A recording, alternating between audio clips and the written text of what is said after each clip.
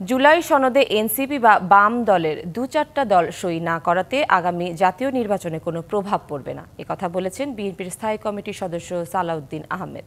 সকালে রাজধানী শেরেবাংলা নগরে বিএনপির প্রতিষ্ঠাতা শহীদ রাষ্ট্রপতি জিয়াউর রহমানের সমাধিতে শ্রদ্ধা জানিয়ে তিনি বলেন, জুলাই সনদে সইয়ের মধ্য দিয়ে দেশে গণতান্ত্রিক সংস্কৃতির চর্চা শুরু হয়েছে। দেশের স্বাধীনতা ও সার্বভৌমত্ব রক্ষায় রাজনৈতিক সংস্কৃতির পরিবর্তন দরকার বলেও জানান তিনি। এ সময় তিনি আরও অভিযোগ করেন, সনদ সই অনুষ্ঠানে সংসদ ভবন এলাকায় যারা বিশৃঙ্খলা করেছে তারা জুলাই যোদ্ধা ও ছাত্র নামধারী আওয়ামী ফ্যাসিস্ট বাহিনী। শেষে এসব কথা বলেন তিনি।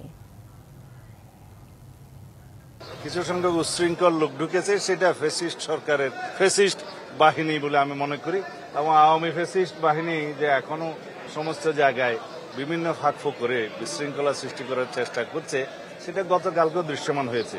এনসিপি এবং তিনটি কি চারটি বাম রাজনৈতিক দল স্বাক্ষর অনুষ্ঠানে যেতে পারেন। আমি বলবো না স্বাক্ষর করেনি, স্বাক্ষর করার সুযোগ উন্মুক্ত আছে।